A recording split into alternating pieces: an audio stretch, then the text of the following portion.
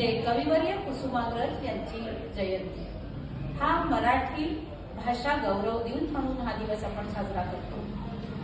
ज्ञानपीठ पुरस्कार प्राप्त कुसुमाग्रजांनी मराठीला फार मोठे योगदान दिले आणि आता तर या मराठीला अभिजात दर्जा सुद्धा मिळाला। माझा मराठाची बोल कौतुके परी अमृताते पैसा जिंके ऐसी अक्षरे रसिके मिळविन असं म्हणणारे ज्ञानोबा अखेरीस आज मराठीला अभिजात भाषेचा दर्जा मिळाला आणि तो कायम राहावा म्हणून नवीन शिक्षा नीतीने सुद्धा आता मराठीचं महत्त्व वाढवलेलं आहे।